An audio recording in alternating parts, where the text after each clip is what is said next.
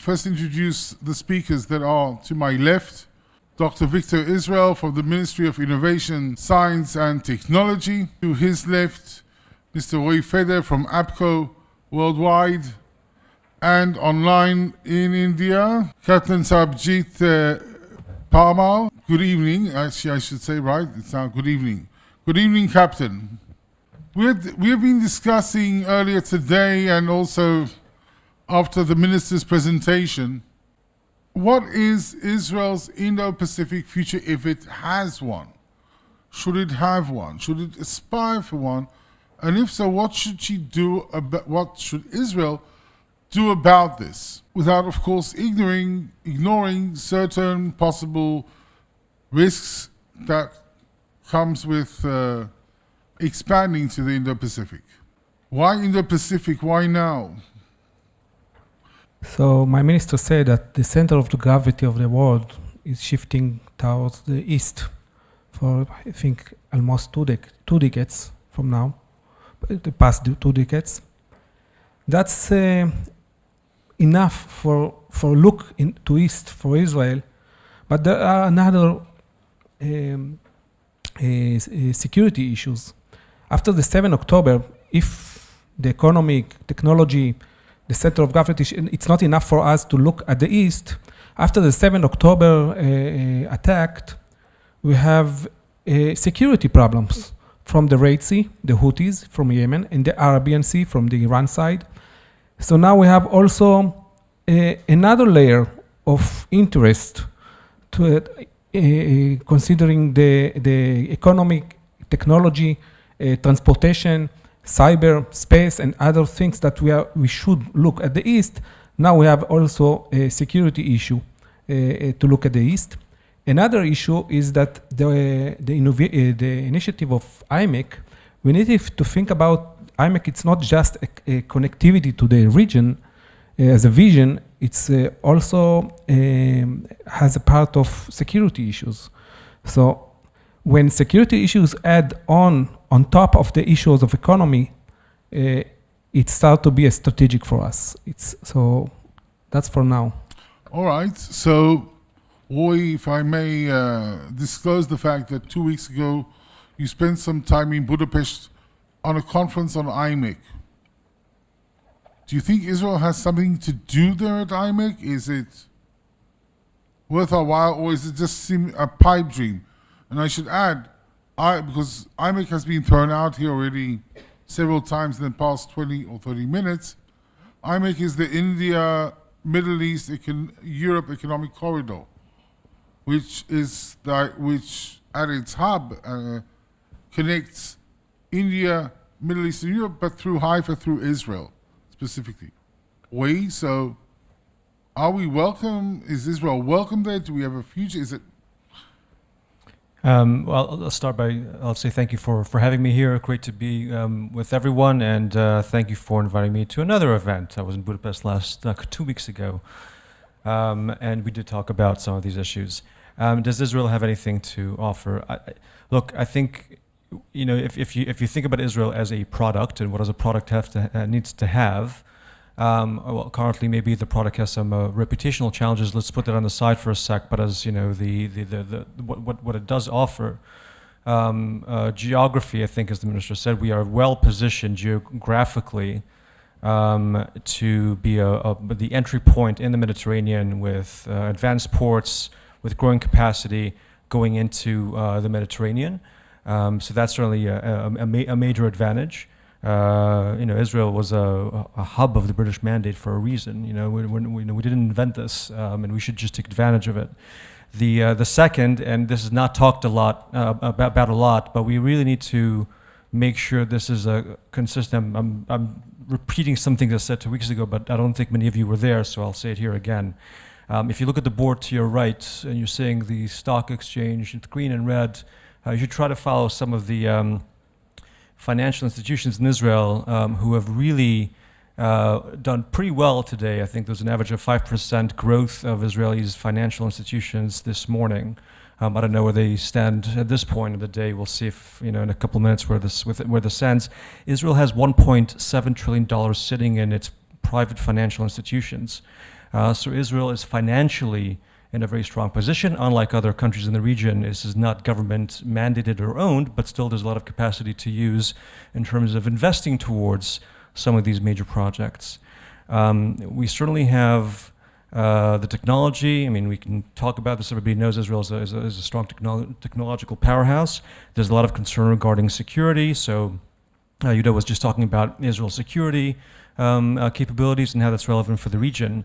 I do think that Israel has a lot to offer. The question is it going to focus on creating now its own abilities so that when this vision comes into reality, it's already well placed to take this and activate it and not wait around for other competitors, because there are competitors in a Turkey, in an Egypt, to circumvent Israel? I'll take that. But I have a more important question which I would like to direct to Captain Parmar. I heard now, you've been hearing from Israelis now that they've discovered the Indo-Pacific, which is about time.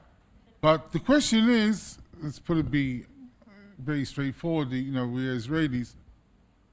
Does any bias there? Does the Indo-Pacific actually want us?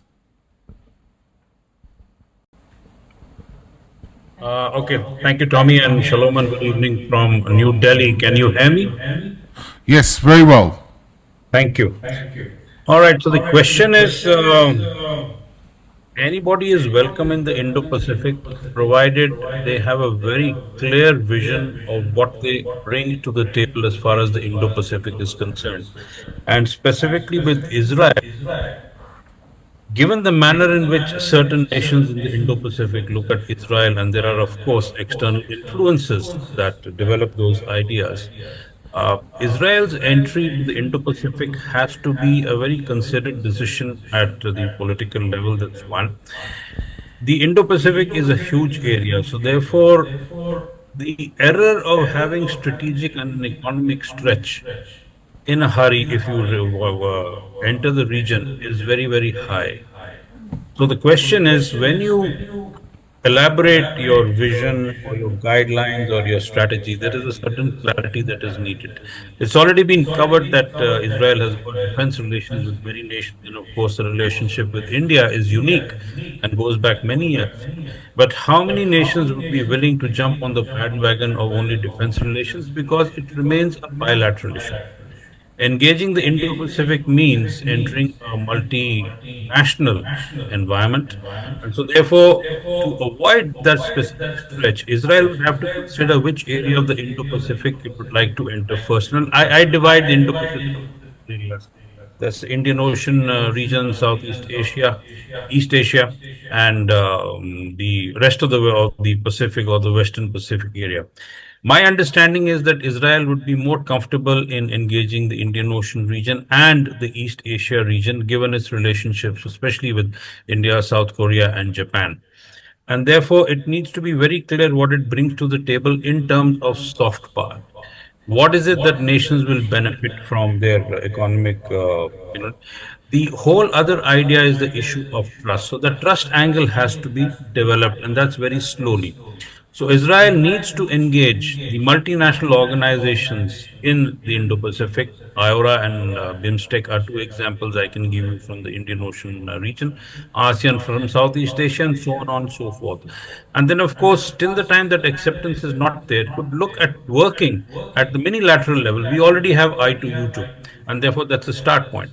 But Israel and India, with a number of other nations, and I will suggest restrict to 5, look at certain convergences, look at areas where these nations would benefit from Israel's entry and the working relations of India and Israel to essentially develop the necessary capacities and capabilities of nations who seek to benefit from what Israel brings from the table.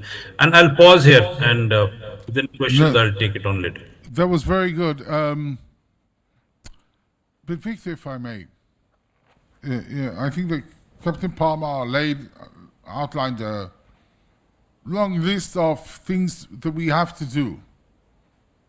We are 601 days into the war, since October 7. do we have the mindset, or that's where somebody would say, "What the hell are you talking about?" We have to in the government. I don't know if the attention of the government is now on the Indo-Pacific. I know The that. attention of the government, the attention of the public. Yes, but we have to, because the future is not waiting for us to be prepared for the right moment that we have the attention to focus on it.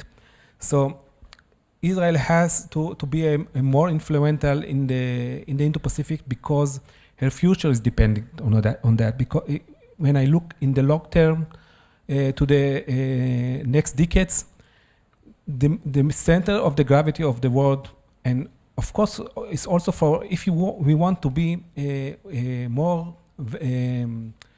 influential and more in weight in the international arena, not just for the Indo-Pacific, also for the Europe and US, we have to be more active in the Indo-Pacific. So, and we must to act now. Yes, we have a good base because we have already a good relationship with many countries. As my colleague here mentioned from India, that we have good ties with India regarding defense, but it's not enough. It's just the base for the next level of relationship with the area, with thinking about multinational, to join to a multinational organization in the area, Like and so on. what? Which organizations are you referring to? I think about in the manner of civil side, IORA. I think about to start a dialogue, not be a full partner in the first steps with the Asian, with maybe we can start also to speak in the security issue with Quad+1 or Pillar 2 in the AUKUS. All right. You said a lot of words that most of the audience about. These are multilateral institutions in the Indo-Pacific, in Indian Ocean. But Roi, you come from the world of strategy, business strategies, and strategic consulting. Do you really see the Israeli government, and you heard the minister here outline the basic parameters for Israeli strategy for the Indo-Pacific. Do you see this happening, or what needs to be done to get it happen?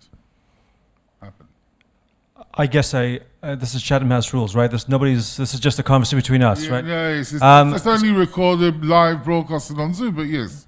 Not now. Let's be honest. I don't think the current Israeli government has the ability to deal with some of these issues because it's busy with many other issues, and I don't think it has the political capacity to move things forward. However, I don't see, to Victor's point, I don't think we have a choice, and given the fact that this is, and no one's waiting around for us, whatever political constitution happens next, this does need to happen, and I think it will happen as soon as whatever political structure takes place. We'll be able to focus on these issues a bit more.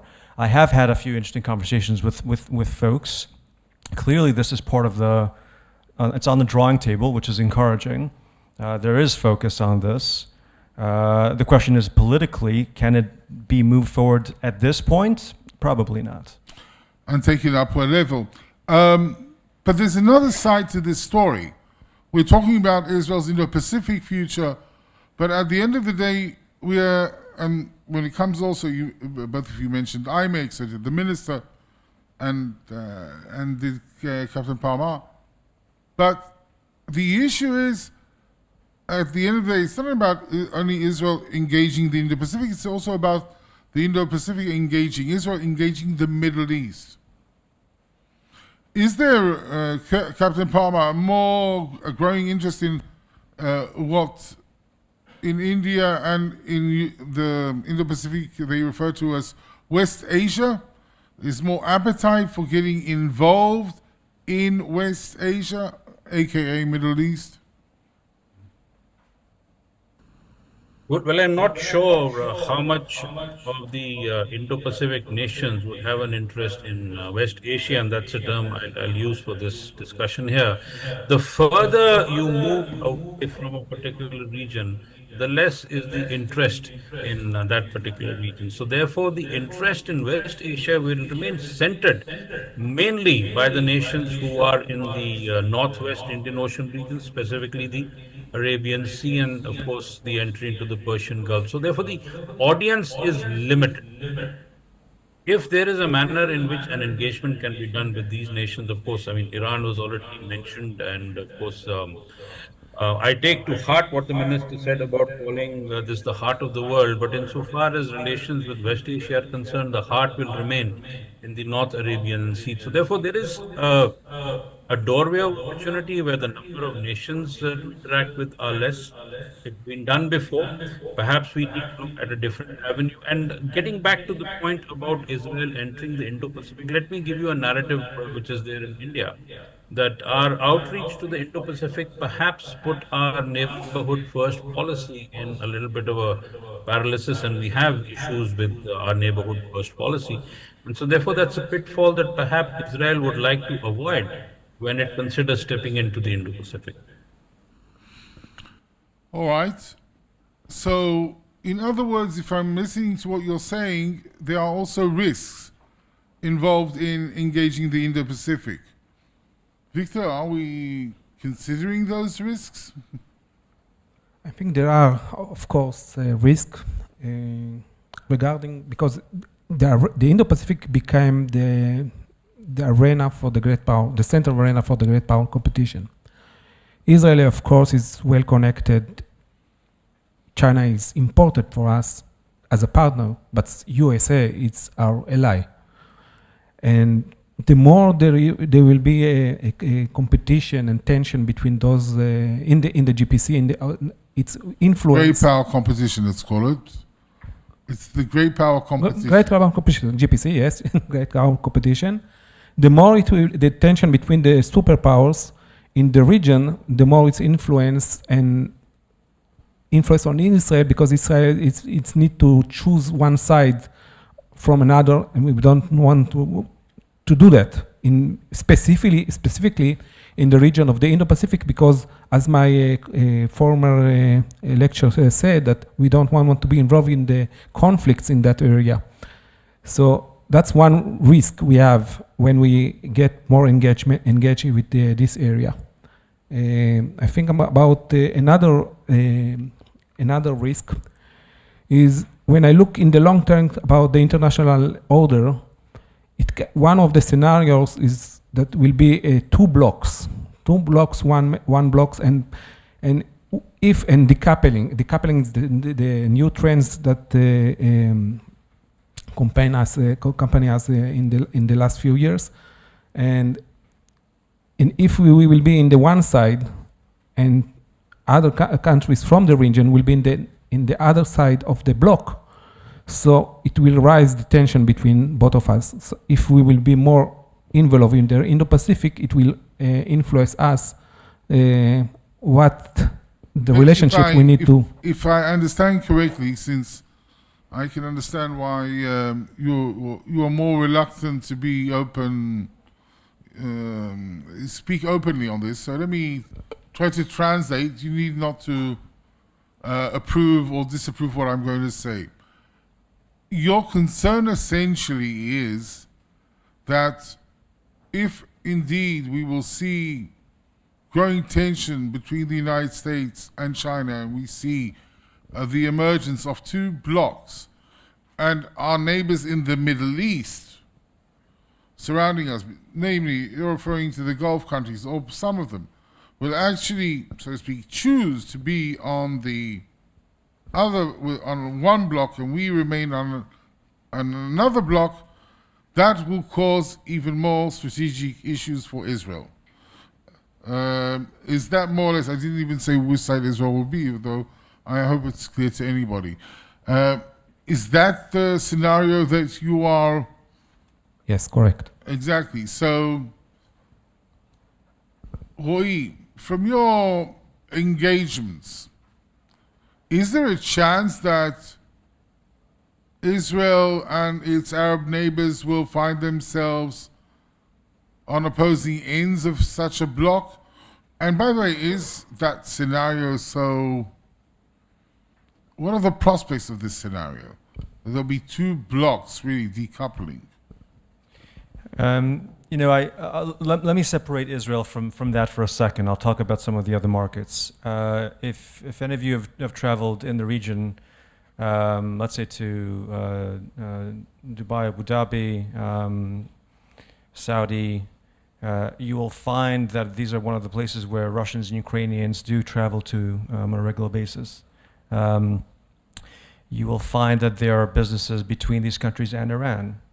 I think there's a sentiment in the region, in the GCC for sure, to maintain open dialogue with everyone, balancing between Russia, Ukraine, the U.S., China, Israel, Iran. There's a sentiment of let's have as many friends as possible, because we don't know where the risk is going to come from, and we need to make sure that we are de-risking everything. So engage is something that these countries are doing. Israel's caught in a different place. Israel is much more dependent on the U.S., I think, than other countries in the region because of a variety of issues. These go way beyond economics. So could Israel and its allies find itself, and the Arab countries find itself in different camps? Possibly. I think right now they're in different camps in many respects. So could that continue? I think it depends on some of the things Israel does. There's a current hesitation by the business community to deal with Israel. Let's just be open about it. There's an extra level of reputational risks that coincides with dealing with Israel.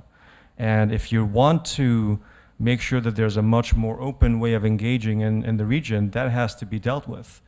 And I think that's something we need to think about as well. All right, point taken. Captain Parmar, coming back to this issue of India's involvement with IMEC, and we've heard different versions on what is India's strategic, why is it such a strategic imperative on the Indian side? Because, in Israel, it's not a common feature, it's not a common topic. Why is it such a prominent topic in the strategic discourse in India today? So I think the major issue is India's outreach of plurilateralism and having options that forward economic and trade routes. And that's where IMEC falls right now. There was, I read somewhere earlier that as an alternate to IMEC, there was a push for a trade route through Africa. It was being pushed by the US and Europe. I'm not sure where all that went, because the areas that it ran through Africa were also unstable and perhaps could be compared to the instability that exists in West Asia right now. And therefore, India's interest is to have as many options for movement of trade. We have seen the Bab el-Mandab and the Red Sea route being avoided by merchant marine, and therefore the route via the Cape of Good Hope. But the quantum that is carried by ships far exceeds that can be carried by land. So when you look at IMEC, there is a limitation when it starts crossing the land and then it comes out onto the Mediterranean side of the geographical area. But the question remains is that who would be willing to invest in building the IMEC where there is instability in that particular region? And that also extends to the North Arabian Sea, by the way. We've had a 4-day conflict with Pakistan. Of course, there was heightened tension in the North Arabian Sea. So this is actually always a flashpoint. And if you remember what the Indian Minister of Commerce and Trade, Mr. Piyush Goyal, had said sometime back, he says one of the 5 pointers he said was to make IMEC a public-private partnership and let the private companies and the private entities take it forward, because that's where the money lies. And the governments can only work towards ensuring a modicum of stability, that first of all infrastructure is built and then it is maintained and then it continues to run. So that's where the interest comes in. Victor, why should we care? Why should Israel care about IMEC?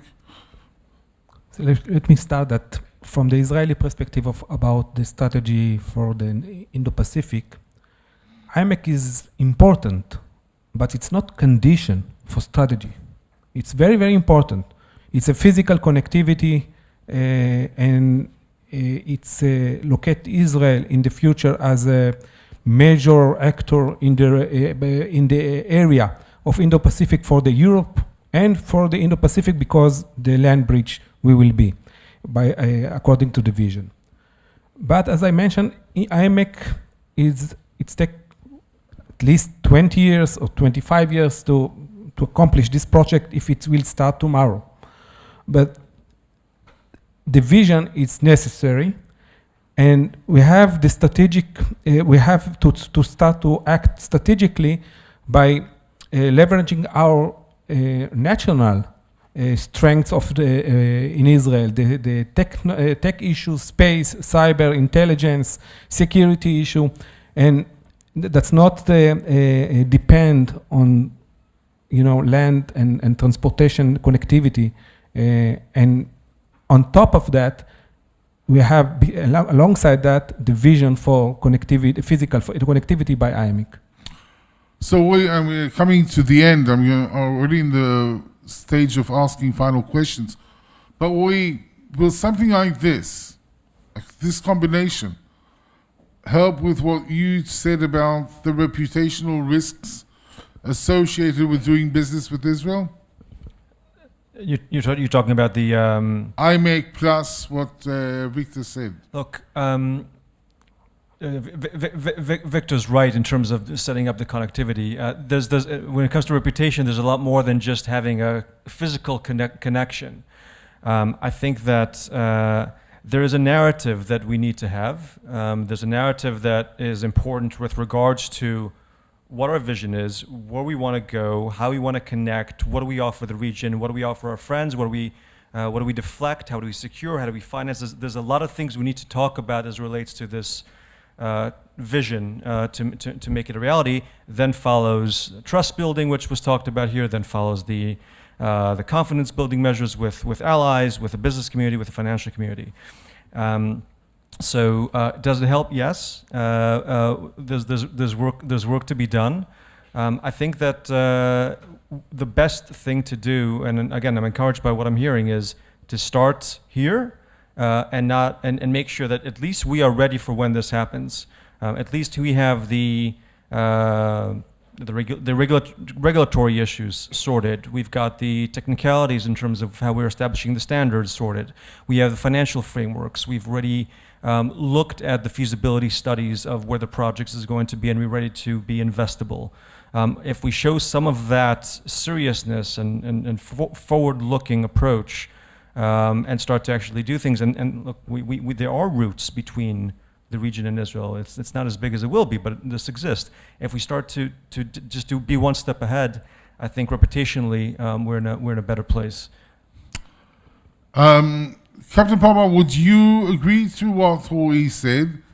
And finally, also, there's one aspect that if you could briefly touch on, because IMEC is basically also connecting India with UAE, Saudi Arabia, and Israel. How important is that in itself geostrategically for India? Connectivity has its own merits, especially where trade is concerned, which means that you have multiple avenues of connecting up nations by sea, by land, and it also enters into the global network. So therefore, every avenue that is built will only add to the economies of the regional nations through which that particular connectivity route passes through. So therefore, there is merit in looking at IMEC, but then stability would have to be the first step. I want to thank you all very much. Victor, Roi, Captain Parmar in India, good night to you. Thank you very much. I want to invite Kariswitz to take over from me to moderate the next session. We will start immediately. We will continue immediately.